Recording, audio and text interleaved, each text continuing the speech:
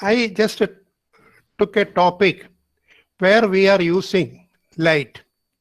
Light is something which we use to see the things, and that is enabling us to see other things and live in this universe. You just think when the light started, this is something you have to think of.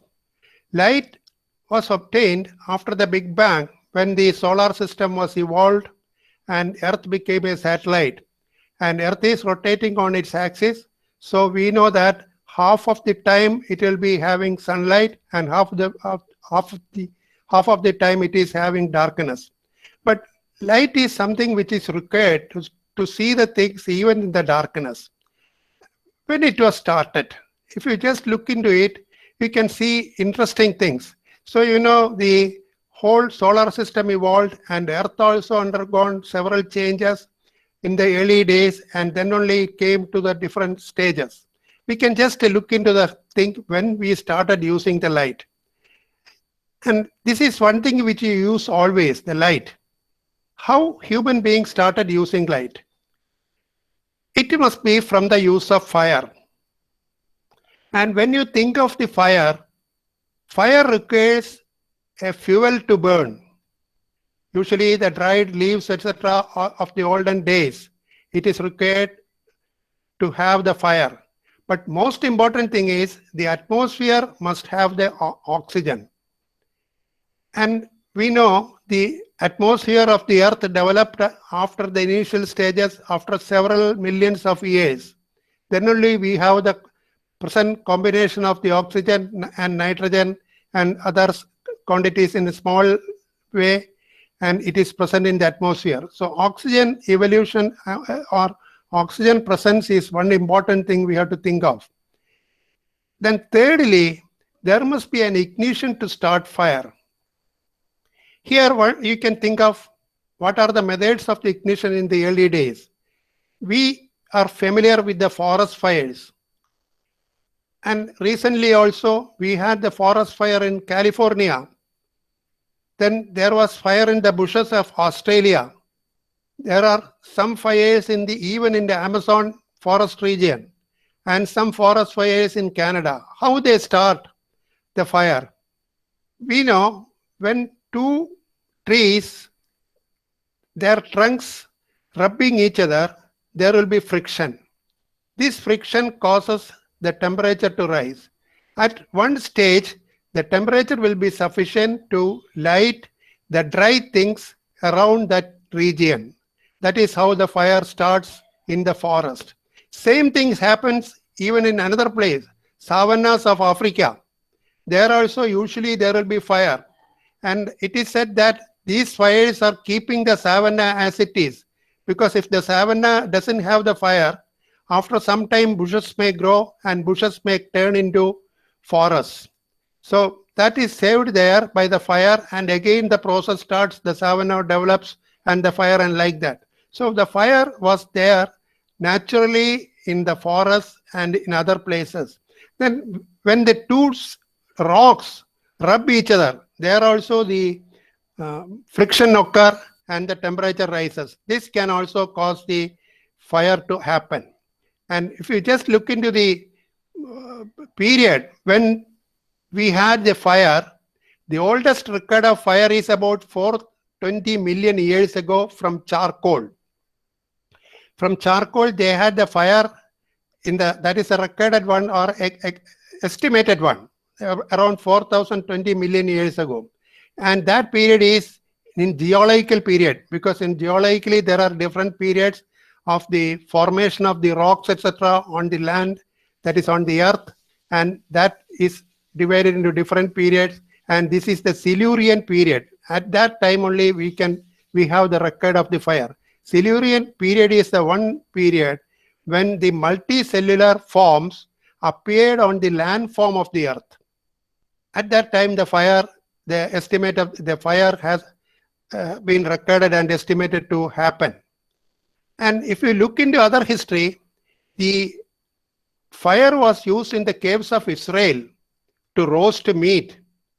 And the evidence is there about 400,000 years to 300,000 years ago. So this was discovered in the caves of the Israel, and you know, in the Israel and the surrounding area, the civilizations are there, Mesopotamia, then Palmyrian, and all those things were there, and therefore they were having some use of the fire to roast the meat. And then how to start the fire? Use of flints to start fire. That is, we can have the two stones which are having some material, and if you rotate or rub the two stones, we can get a flash. And if they are soft, say for example, some stones having certain materials like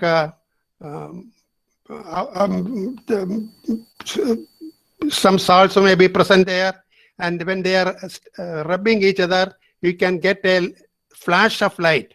And I think some of you may have tried it when you are in the primary schools. There are certain stones which are white stones we take, and when they rub each other, we will be able to get the fire or some light that is coming out there, and that you have to rub it together so that you can see some flash of light in the darkness. And this concrete evidence is there about use of the flames to start fire. That is around 40,000 years ago.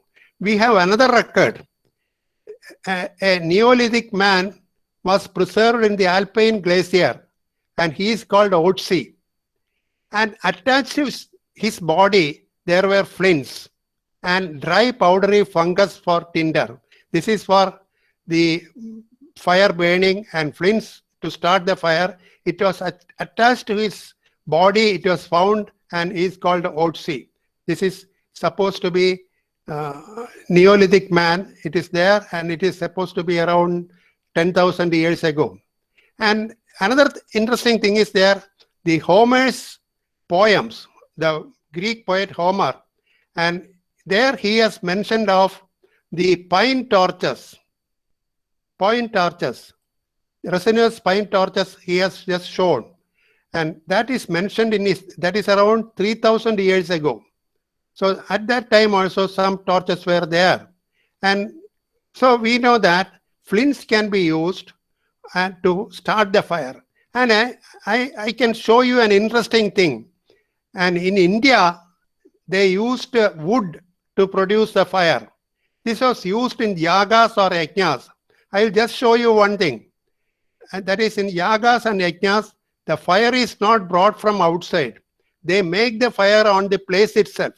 How it is done is, two wooden pieces, and they will be rubbed each other. There is a wooden piece on the bottom, and he is holding it firmly, and the other person is holding this, pressing it, and another person is rotating it. This is slightly sophisticated. Early days, they may have used for thread, some climber must have been used as a thread, and they may have made the fire. Then after some rubbing, the temperature here goes up, and some dry leaves, etc. When if you are putting there, the fire will start. This was used in yagas. I saw this one in around 1975 in a yaga which was held at Trichur, Kerala, India. This is a practice that has started from Vedic period. So yagas, there are mentions of that in our epics.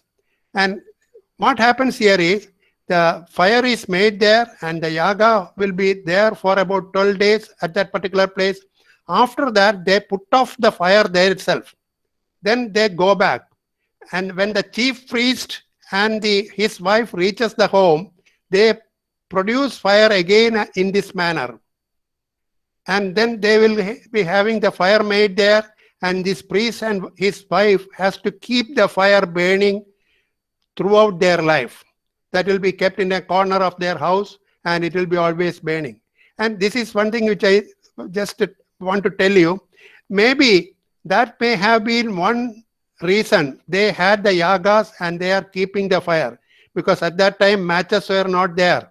So they have to get the fire from one place to another place. And in olden days, I remember people coming from neighboring houses to get the fire from our house, because our house, the fire will be, it's not a flame will not be there, fire will be kept in the kitchen. because we were using the wood at that time, and the fire will be maintained at the kitchen, and in the morning you can put some dry leaves or palm leaves and you can blow the air and we can get the fire. And the fire was made in that particular manner.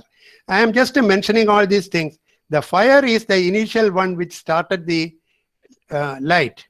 And so igniting and control of fire is now well known. And fire is the first thing for lighting. So when the fire is there, there is lighting and you can see the things. Even now in the forest, they make the fire and just keep it on in the night to prevent the animals, wild animals reaching their place. And then along with the fire, a torch is the first one used. Torch is an ancient Roman torch is shown here. It is a wooden handle, and at the end there is a sulfur mixed with lime. Sulfur may have been some material they may have found, and it is soaked in lime, and then they dried it, and this is used as a torch. This they can carry from one place to another place because the wooden handle is there. They are safe. I think similar things have been used in all over the world. In our side also, the palm leaves are tied together and they take the torch from one place to another place. So this is an ancient way of having the light. So this was the fire that was used. Later came the oil lamps. And the oldest one, a stone oil lamp around 10,000 to 15,000 BC. So how they make the oil lamp is have some dip in the center of a stone, and there you keep the oil, and then with a wick, that is some dry things which you can get, and using that you can have the light obtained from the oil lamps. And candle light came around 500 BC. I am mentioning these two lamps, oil lamps and candle light, because these lamps were used for lighting in the homes, but also another thing is there. For religious purposes also these lamps were used. In India, we know in the temples there are oil lamps. In churches in the Europe and other places, we have the candle light. So the light is maintained there using these two things, candle light and oil lamps. And so actually the religion may have started using this for the lighting purposes, and then they became their symbol. And the oil lamps have been found around 4,500 years ago in Mesopotamia. They have used oil lamps. The oil was from olives and seeds. From seeds also they can get the oils. And it is also from history we can find in Babylonia and Assyria, sesame plants were cultivated. So sesame seeds we can use, and their oil even now we are using. So such oils were used and oil lamp was used. And another thing is they have used is the animal oils. Animal oils were also used in some places. So the oil from the plants and also animal oil, they were used for the oil lamps. And this is a model of an oil lamp, which I am just showing. There is a hole where you are pouring the oil, and then there is the nozzles where you are placing the dried thread-like thing, and which we can light there. And you can hold this by this handle. You can carry from one region to another region. This is a terracotta thing that was available in the olden days.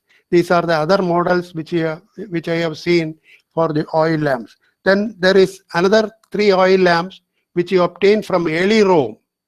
There also this can hold it and you can move from one place to another place.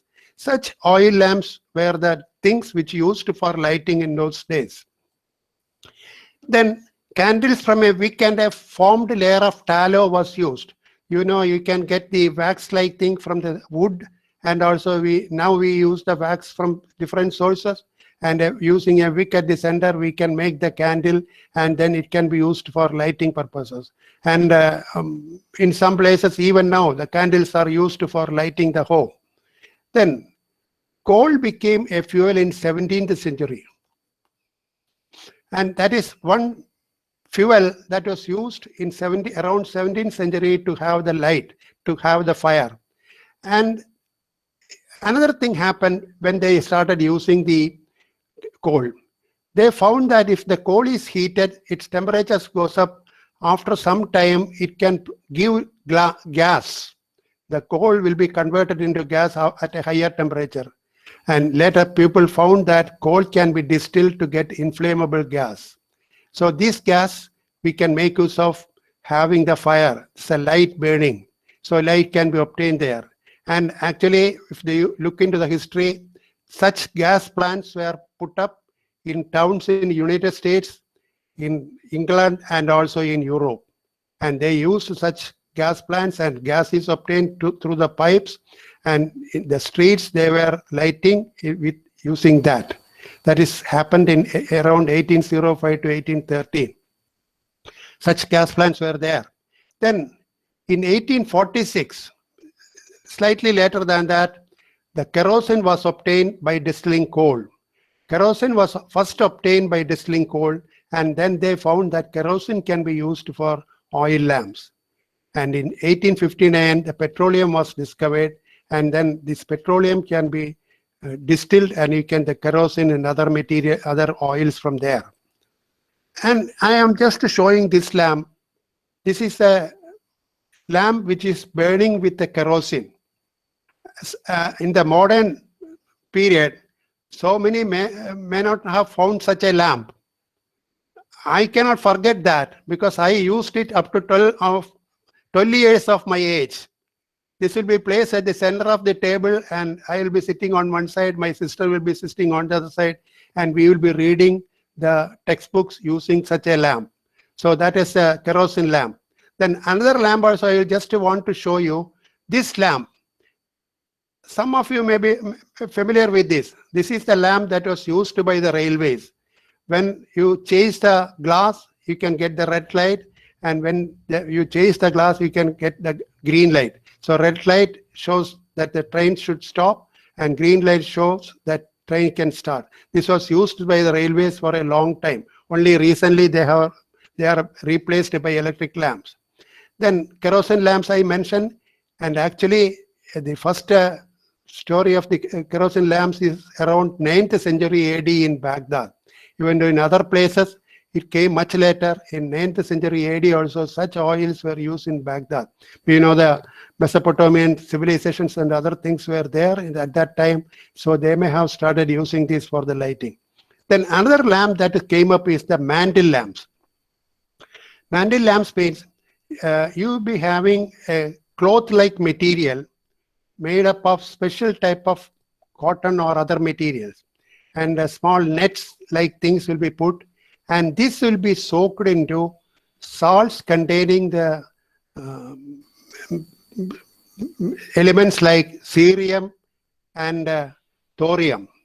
They are salts, and they will be dipped in their salts, that is rare earth elements, and then it will be dried, and using the pumped kerosene gas, they can be lighted. And when they are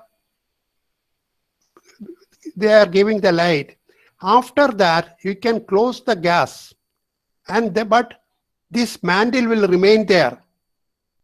It may be oxidized, but it can remain there, and next time also we can use it.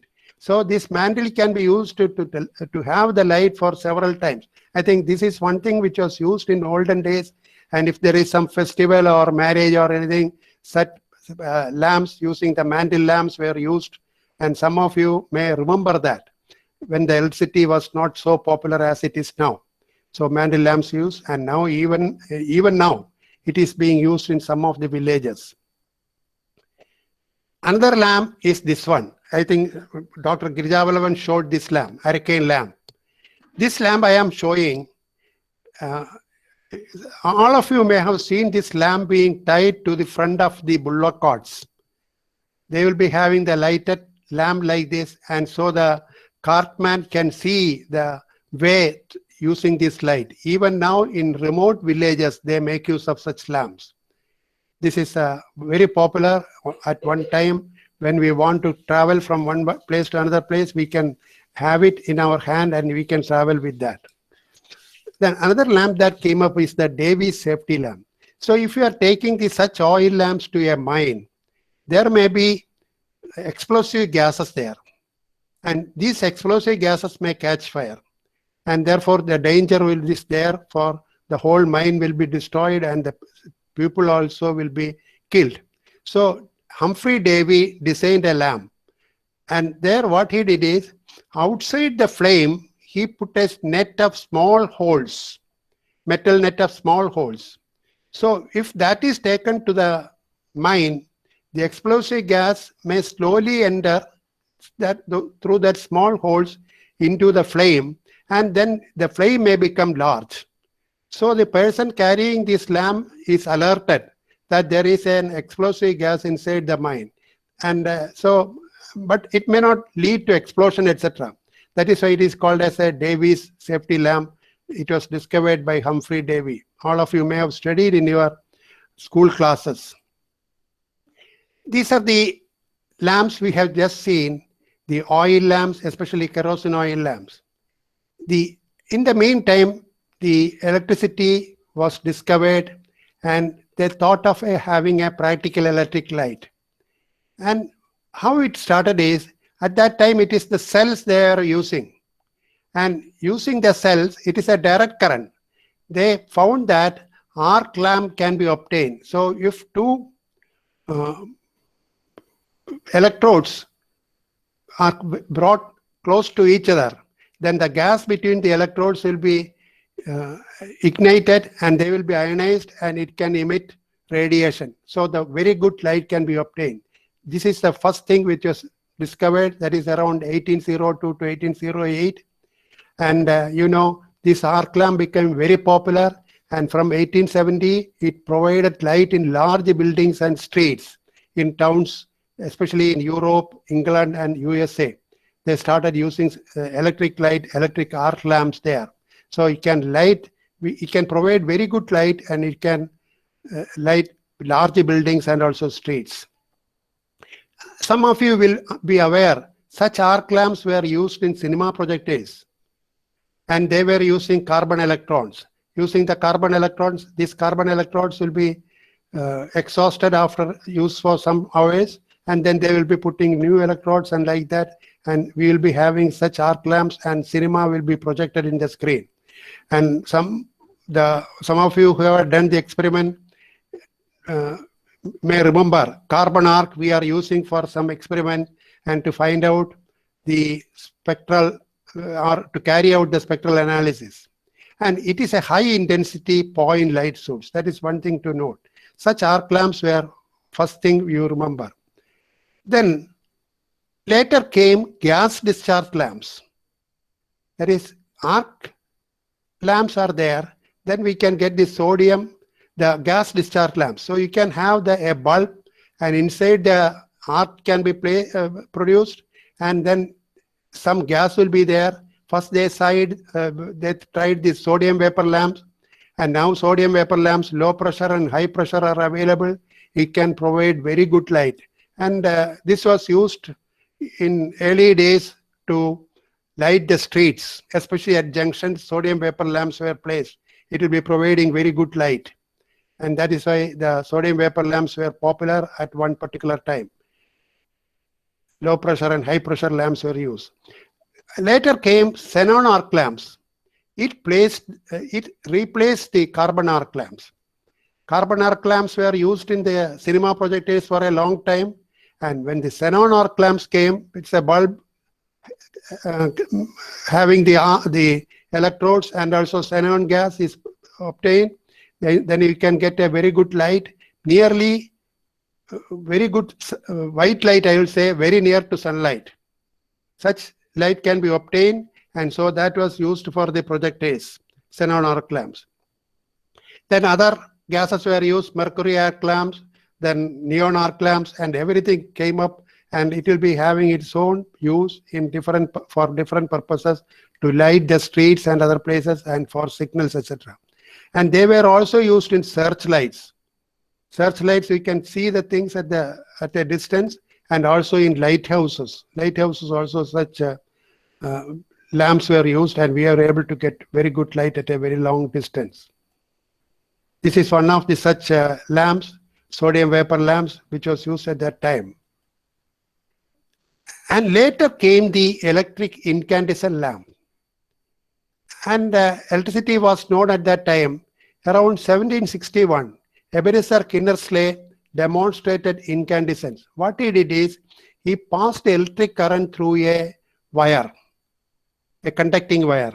And when the electricity is passing through the wire, we know it is getting heated up, and after some time, it will be starting to have a red glow and then a white glow, and you can get the light from that wire. But only problem is, this is a metal wire, and when you are using it for some time, this may be completely oxidized and the wire will be lost. So he demonstrated it, but he could not make the light out of that. But this idea came to Humphrey Davy, and he demonstrated light from current through a platinum thin strip. He used a platinum thinking that it will not be getting lost. And then it is said that he used around 2000 cells in 1802 AD. That is, to get a large current, he had to use 2000 cells, because at that time only the direct current was known. And then the people started using several elements, graphite, carbon rods, and other things they tried, and they wanted to make a lamp that will glow using the electricity. At that time, that is around 1831, Michael Faraday discovered electromagnetic induction. This is another turning point. With that came the electric generators. The generators were able to give the electricity. And this is another development that took place, and people can make use of the electricity for lighting purposes. So Joseph Sand used a carbonized paper in an evacuated bulb in 1860. And then he was able to get the light. But the vacuum in the bulb was not good. So the bulb had only a very short life. And so that was slightly disappointing for him. But when he was able to get or make very good vacuum, much later, he was able to demonstrate light with carbon rods. That is, it was happened much later. And at the same time, Thomas Edison started his work on incandescent lamp. That is around 1878. And he tried several elements, and he came to carbon element after trying several metals. And the bulb was made. Actually, he used a carbonized bamboo element and in the bulb, and it is found to have a life of about 1200 hours. That is an achievement that is obtained because carbonized bamboo element can give a life for the bulb of around 1200 hours. So we can say that electric bulb revolution started from that. It is Edison's achievement, and people have the electric bulb for lighting purposes, and people started using the electric bulb. And in 1897, Nernst lamp came with a ceramic glow bar, but it does not require a vacuum. That is another thing. But bulb was used by people for the lighting purposes. Another development that took place by two scientists from Hungary, that is Sander Just and Franjo Hahnemann. They used a tungsten element. The idea was tungsten is having a high melting point, and therefore it may not be lost easily. So in 1904, they used a tungsten element with filling the bulb with inert gases, and they were able to get the light, and the bulb had a very good lifetime. And later, William Coolidge used ductile tungsten, and in around 1906. And this idea of using tungsten element with inert gases or vacuum became popular, and then therefore we know the good bulbs were available in the market. And later they will be using the different types of wires, and one wire that is very important is coil-to-coil filament. And some of you may, if you have examined the 60-watt bulb, there you can find it is not a single wire. The wire is coiled and then again coiled. Such a filament is used, and this was discovered in 1917. And so we are able to get very good light from such bulbs. That is another development. And if you look into the efficiency of light that is obtained from such bulbs, it is very small. It is only around 5%. And the rest of the energy will be lost by heat energy and by radiation, etc. Some of you will remember a 40-watt bulb or 60-watt bulb. When you are using in the winter time, you can get heat from the bulb itself if you are close to that bulb. And another thing is the life of the bulb depends on the voltage applied. If the voltage goes beyond a limit, the bulb will be fused. So it will stop working and we may have to replace the bulb. That can also happen.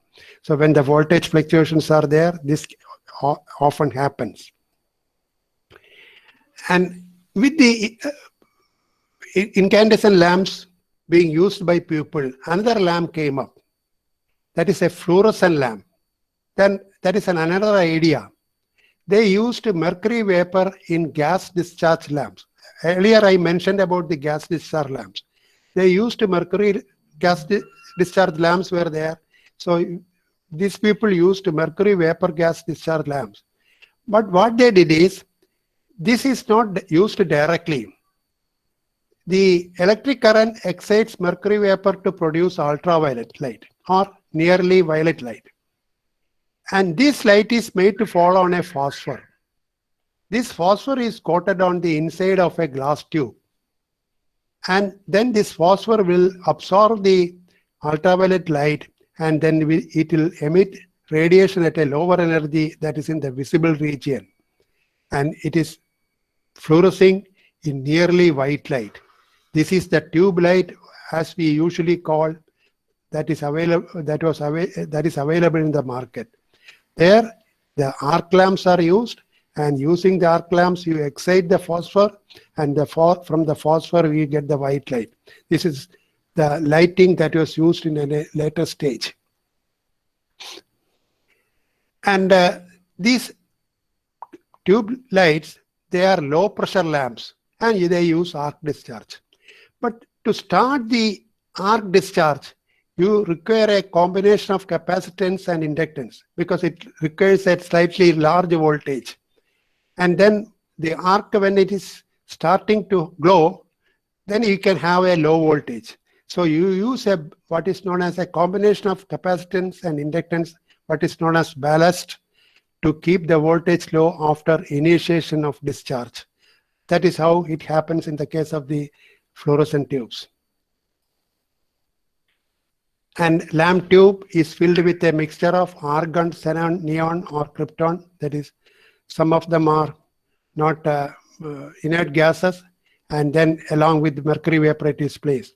And the pressure inside is only 0.3% of atmospheric pressure. The pressure is not much large, very small pressure, and maybe present day pressure may be slightly large. And there what you get is 85% of energy is obtained as visible and ultraviolet light. Remember, it is only in the visible and ultraviolet light. This ultraviolet light will fall on the phosphor, and then it will be absorbed, and then the phosphor will be emitting. Therefore, then the energy efficiency will come down much. And the tube lights also gets heated up. Similar to these tube lights, we have got neon lamps, mercury vapor lamps, etc. They were also available in, that is, the fluorescent lamps became popular at one time. And these fluorescent lamps were popular for a long time, as I mentioned. Later, around 1976, another type of fluorescent lamp came into existence, which is familiar to all of us now, that compact fluorescent lamps, that is CFL. It is actually a fluorescent lamp only.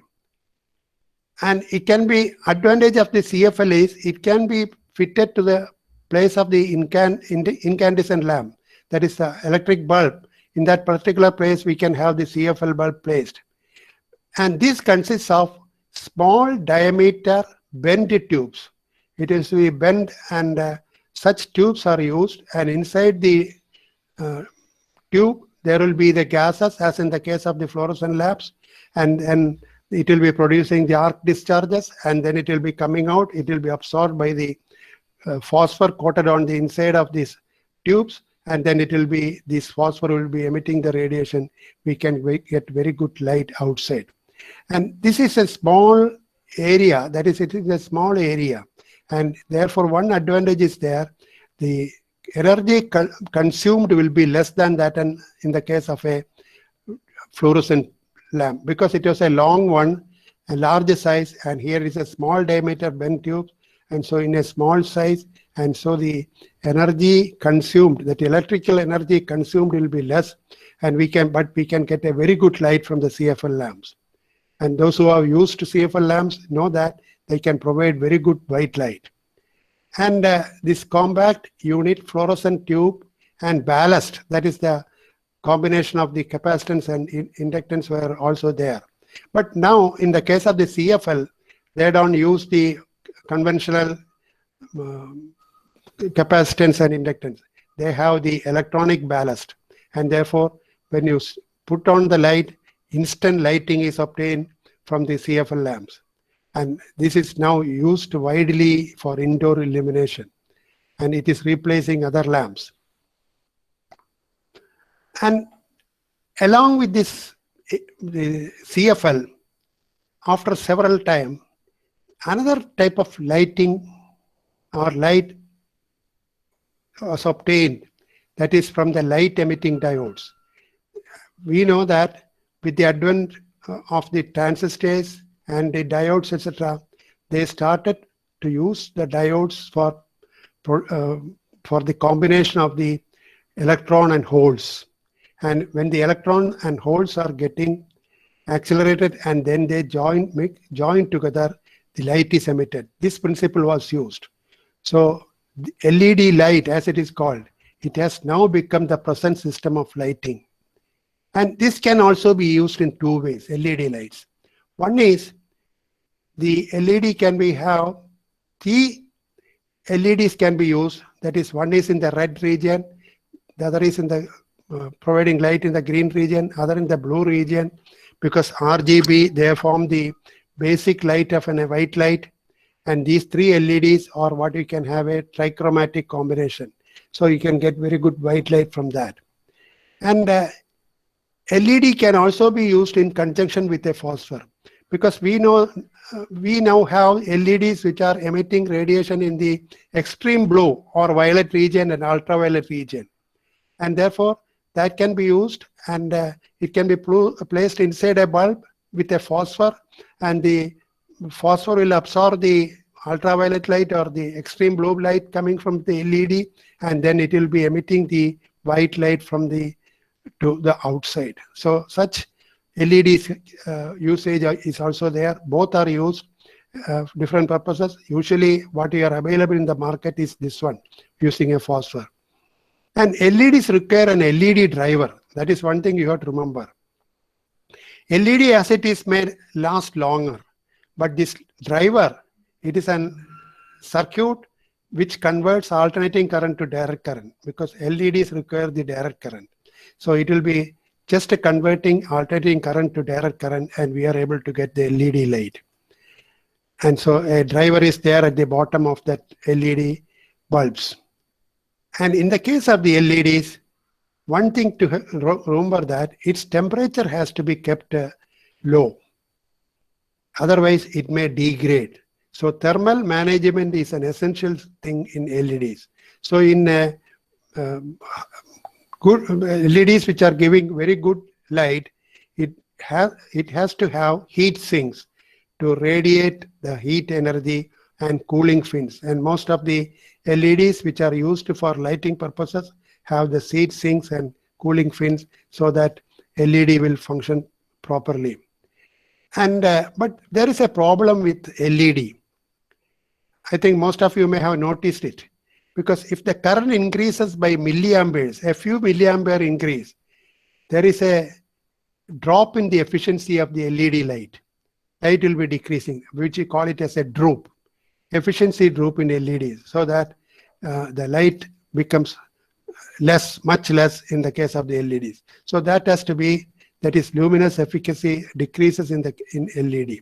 This is only an LED lamp which are used for lighting the streets, which is available, which is used nowadays.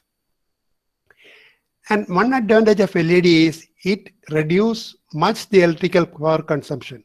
We have seen the incandescent lamps, then fluorescent lamps, and CFL. The energy consumption decreased. And in the case of these LEDs, still it was less electric power that was used. It is much less than that of in the case of the incandescent lamps. And we know that incandescent lamps were banned in European Union, USA, Russia, Brazil, Argentina, Canada, Australia, etc. because they wanted to conserve the electrical energy.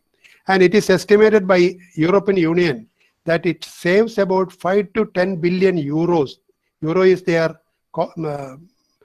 monetary coin. And so 10 billion euros up to that can be that can be saved by having less electrical energy in 1 year. Just think of it, by using LED. Or we can have 40 terawatt hour electricity can be saved. And another advantage is there. The electricity is produced in thermal stations, most of them. So carbon dioxide emission of 2.15 million tons can be reduced. So therefore, LED has brought a revolution for the lighting purposes, and therefore we are reducing the electrical energy consumed, and then we have started using LEDs and so many other benefits. The carbon dioxide emission is also reduced. High power LEDs require thermal management. I mentioned earlier, the thermal management is required for the LEDs.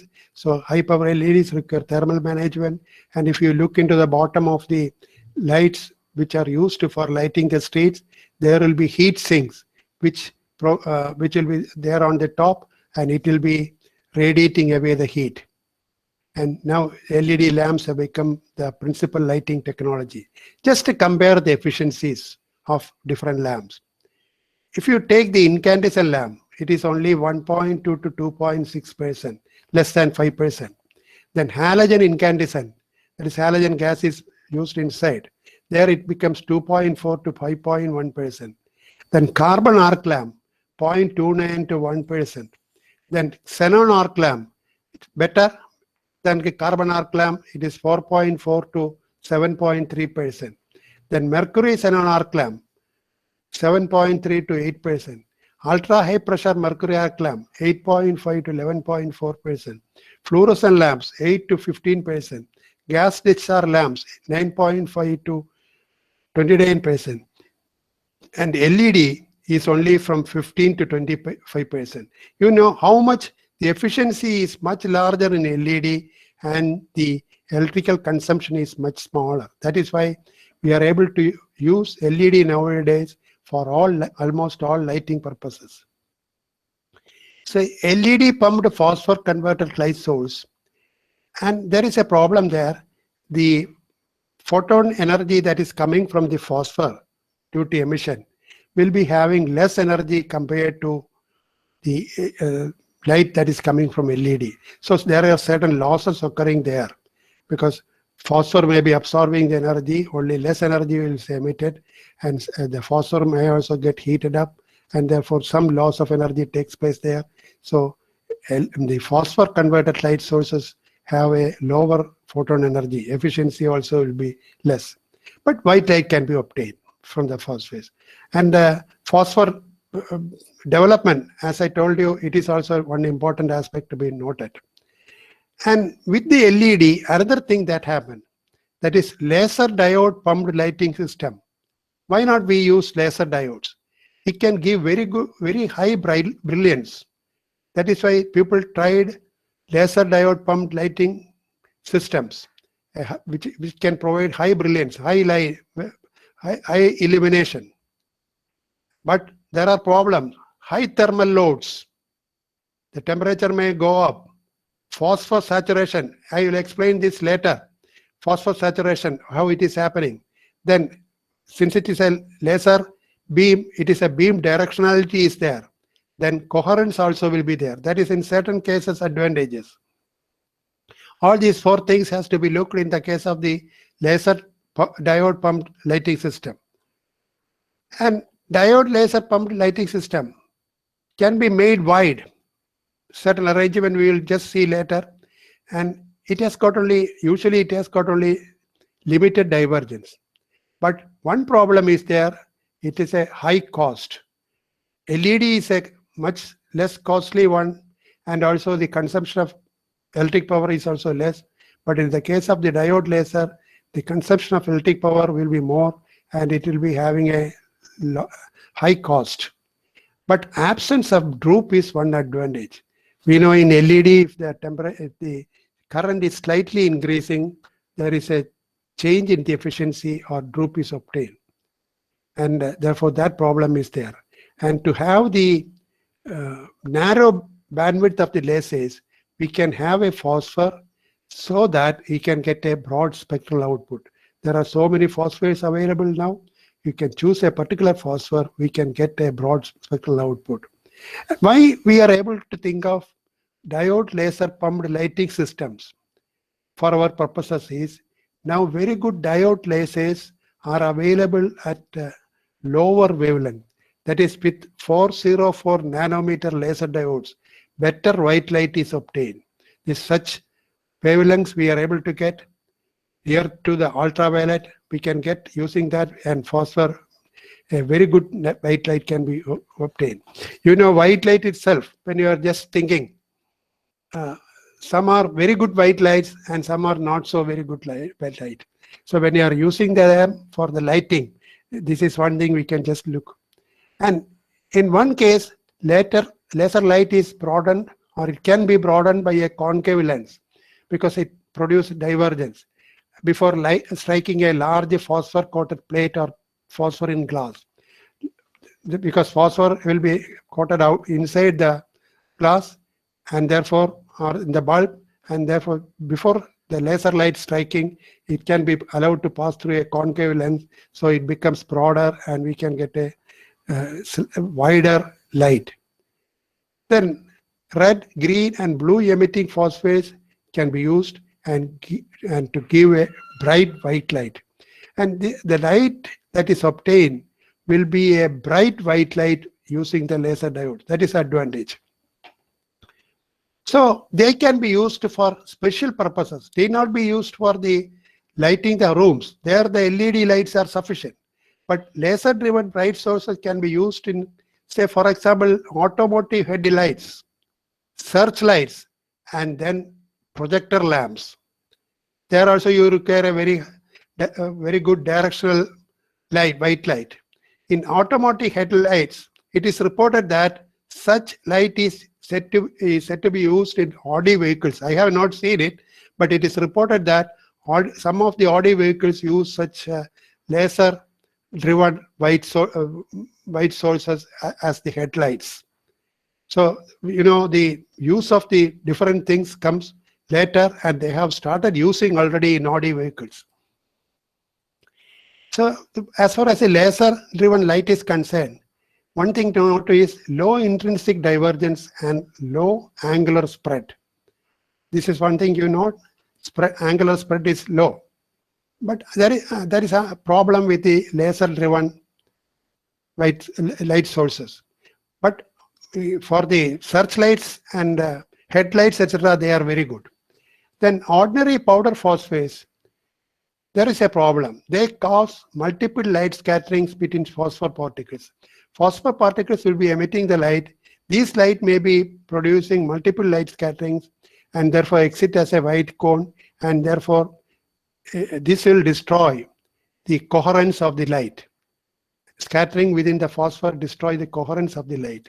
So this is a thing which is observed, and in some cases it may, if such a light is used for some purposes like projection lamps, the coherence is lost and therefore the narrow bandwidth may be lost, and so we may not be able to get some ghost lines. So the picture may not be having very good contrast. So the idea came, why not we use single crystal phosphates instead of the powder phosphates which are coated on the inside. So one thing which is used is nowadays is YAG cerium. It is grown from cerium doped YAG melt. It's a 2 into 2 millimeter phase of crystal is eliminated, and the crystal will be having a thickness 1 millimeter to several millimeters. Such a thing is used, and instead of the YAG cerium, they somehow, which is available nowadays, is aluminum nitride cerium, alumina YAG cerium. They can also be used as crystals. This is one arrangement. The blue light is coming from the laser diode. The epoch, or what is called the phosphor crystal, that is placed here of this much dimension, and then they were able to get a bright white light. More or less pointed bright white light can be obtained. So that can be used for certain purposes. Then I mentioned about the saturation that is obtained in the case of the phosphate. And another thing is heat generated, because high power lasers light will be absorbed, and then the emission is taking place in the visible region. The phosphates have a certain amount of time to emit the radiation. After absorption, it will remain there. We know that there is an emission time. So during this emission time, the laser light will be falling on the phosphates. Therefore, the energy levels of the phosphates may get filled. So no energy level will be available. That means the laser light falling will be going directly, or it may produce heat. So it may produce a large amount of heat, and the temperature of this will go up. And so you have to use a phosphor which is having a lower emission time. That is why cerium is chosen preference to europium. It is found to be better because a shorter lifetime. And when the heat is generated, there is a thermal degradation of phosphates will take place. So that is another problem, heat generated leading to the degradation. These two problems, saturation effect and heat, that is degradation, can be solved by spinning a phosphor coated wheel. He can coat the phosphor on the surface of a wheel, and when the wheel can be rotated. So when the wheel is rotated, the laser beam will be falling at different regions after some time. So it will not be falling on the same region. So the saturation effect will not happen, and heat also will not be generated that much to degrade the phosphates. So the wheel can be rotated, and such light can be used for certain purposes. Another problem that comes up is the laser speckle. We know all the laser light can produce speckle phenomena. That will be coming outside when it is coming along with the beam. We can have the laser speckle. This will affect the visual definition and contrast if you are using such lights for projection purposes. And therefore, in projector applications, it appears as a noisy artifact. So it will be, contrast will be lost.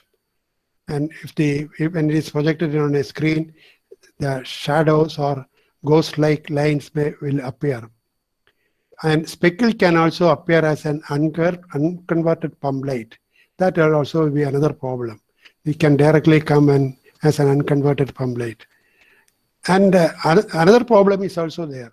The speckle light and the light that is coming from the phosphor, they can interact each other, and we can have the wavelength up conversion. We know for the nonlinear phenomena, we have studied that wavelength up conversion and wavelength down conversion can happen. And in the case, stimulated emission from wavelength up conversion can occur, and more light may be coming out. So in projection applications, that will be a problem. And this is one thing as far as when the phosphor used laser diode light is concerned. Then red, green, and blue laser diodes are now available, and they can be used together, and it can provide white light for display and projection systems. And one advantage of such laser diodes directly used in projection systems is they are a compact unit. So they can replace bulky, power-hungry xenon lamps. Xenon lamps require a large amount of electric power, and it is also bulky. So that can be replaced, and we can get red, green, blue laser diodes together. All the three together we can use, and we can get a very good light beam. I am just showing here. Through this, the light beam is coming out. This is RGB laser diodes placed inside. It can provide light. It can give about 45,000 lumen.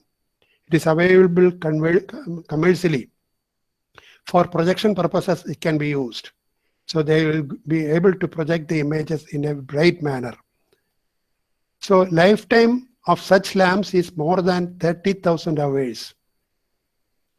So then they are used in proper manner. They can have lifetime up to 30,000 hours, and now about 45,000 lumen sources are available. And here I just one thing I want to point out. The projection purposes when you are using. You remember olden days when the LCD projectors were used. At the early days, we may have to dark the hall where we are using the projectors by closing the windows. And later, good projection systems came. We need not close the windows. We can use in the hall without any closing of the windows, etc., and darkness is not required. Now, the present system we can use even outside. We can get very good images outside. You think of the situation. You can have the cinema projection carried out using such systems outside, even in this daytime. So the projection systems have improved. That is, lighting has improved in such cases, and we can have such a thing. And better 3D cinema projection is possible with such lights. And we know the laser output is having a narrow band emission. And therefore, in the 3D cinema projection, we can use three distinct sets of RGB laser. Red, green, blue lasers together forms one set, and another set with a slightly different wavelength. One is for right eye and the other is for the left eye. That can be used together. So we will be having 6 lasers having this property, and then using the color filtering glasses, you can separate out the image and a very good 3D effect can be obtained. This is in the modern projection or in the cinema theaters where there is good cinema projection of the modern type, that is 3D projection using RGB lasers, you can get a very good 3D effect because we are using such lasers.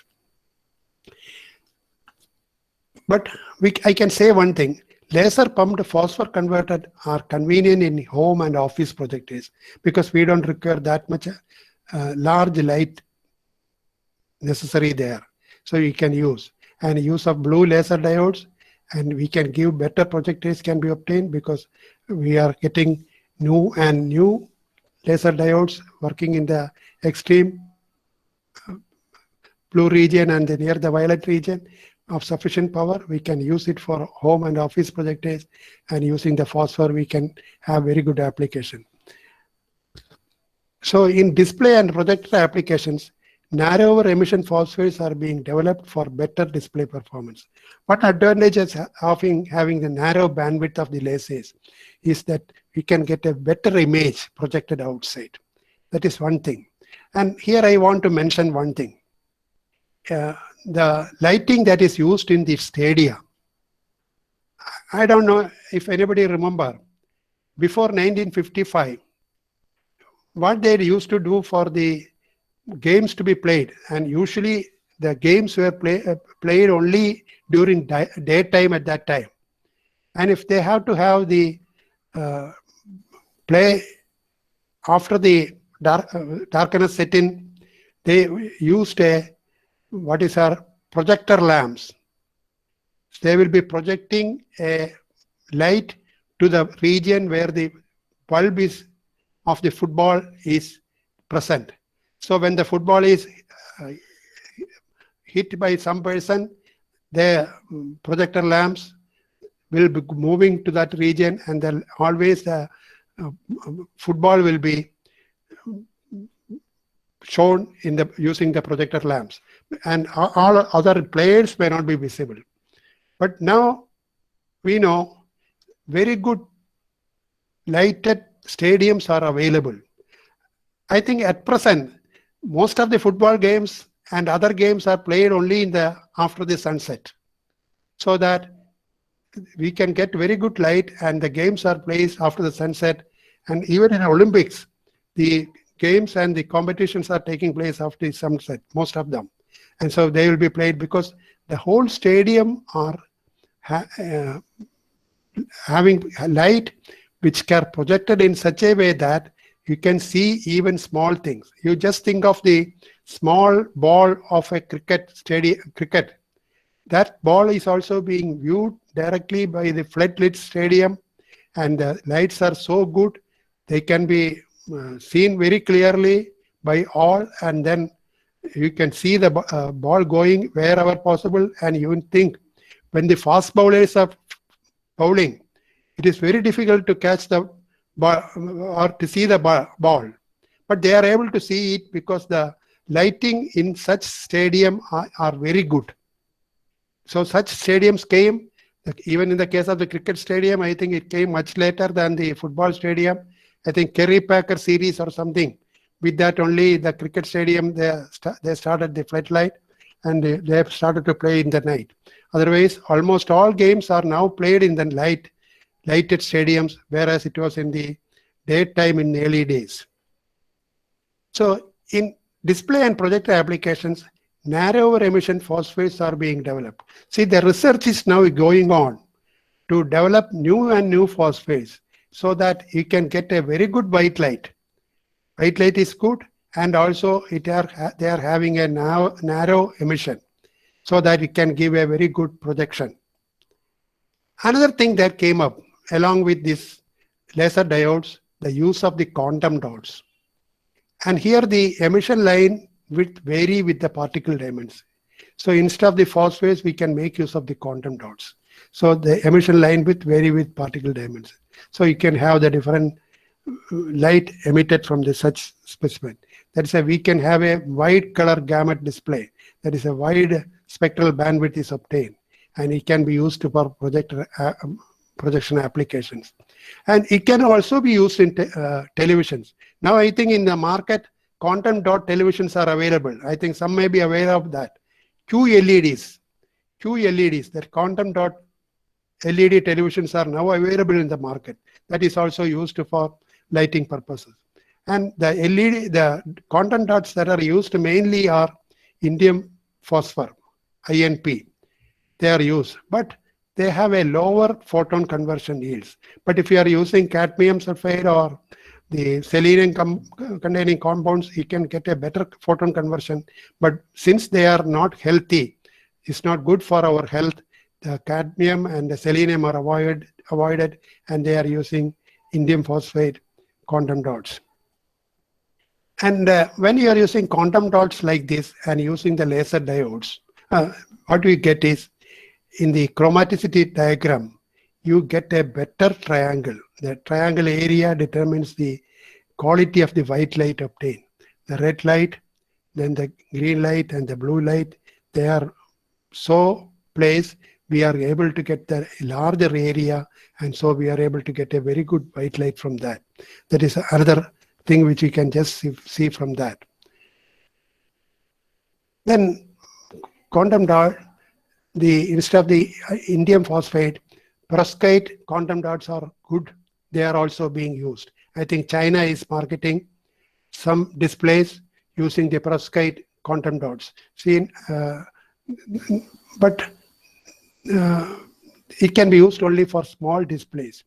Larger brightness is not obtained from such quantum dots. That is for perovskite quantum dots, which are used for displays. They are produced only for small displays. And quantum dots used as luminescent color conversion materials in laser pumped sources, there is a problem. It shows degradation. So color conversion materials, when they are used using the laser pumped sources, it is showing a degradation. This is a problem. And so quantum dots directly it cannot be used. So it must be encapsulated. So they are trying to develop well encapsulated content dots for use in such displays. Artificial opal structures are made from silica spheres and to host the content dots, and then it will be content dots will be placed inside, and we can get very good display things are there. And in the meantime, in my talk, I was mentioning the different things which was used for lighting purposes, and how the light was used in projection applications, and what are the developments that have taken place in that particular field. And new research is going on in developing new novel optical arrangements, because laser illumination is gaining in importance. So new novel optical arrangements are coming. So we can see that the light is being used for different purposes. So advantage is coming there. That is one thing you can just note. And whatever talk, and with that I will stop. And whatever things I have just taken is from two main articles, then added from other sources. There is a brief history of lighting, which appeared in Optics and Photonics, fortnightly from the monthly from the Optical Society of America. It appeared in September 2008, and the other one, Lighting with Lasers, appeared again in Optics and Photonics, July-August 2020, the publication of the Optical Society of America. They will give you a very good historical account and the present status of the lighting using these different devices.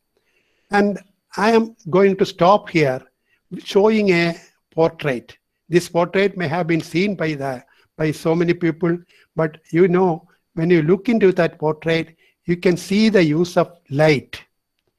This is a famous portrait which is shown in the museum in Mysore, not in the Mysore Palace, in the museum in the Mysore. This is a portrait drawn by Haldanger, and it's shown there. You just see the lady is holding a lamp here and putting a hand in front so that it will not be put off, the flame will not be put off by the wind. But how the light is coming out of that lamp is shading the whole body. You just find that. The artist may not be a physicist, but he has got the idea how light is traveling. This is one photograph I always show when you think of light, the particular applications of the light. This is a very good photograph, I think. This is used which is available in the museum. It may have been drawn around 1920 or 1930, around that period. That is drawn, and it is, you can see that if you are visiting the museum in Mysore. With this, I stop. I thank the organizers for inviting me for a talk. Thank you very much.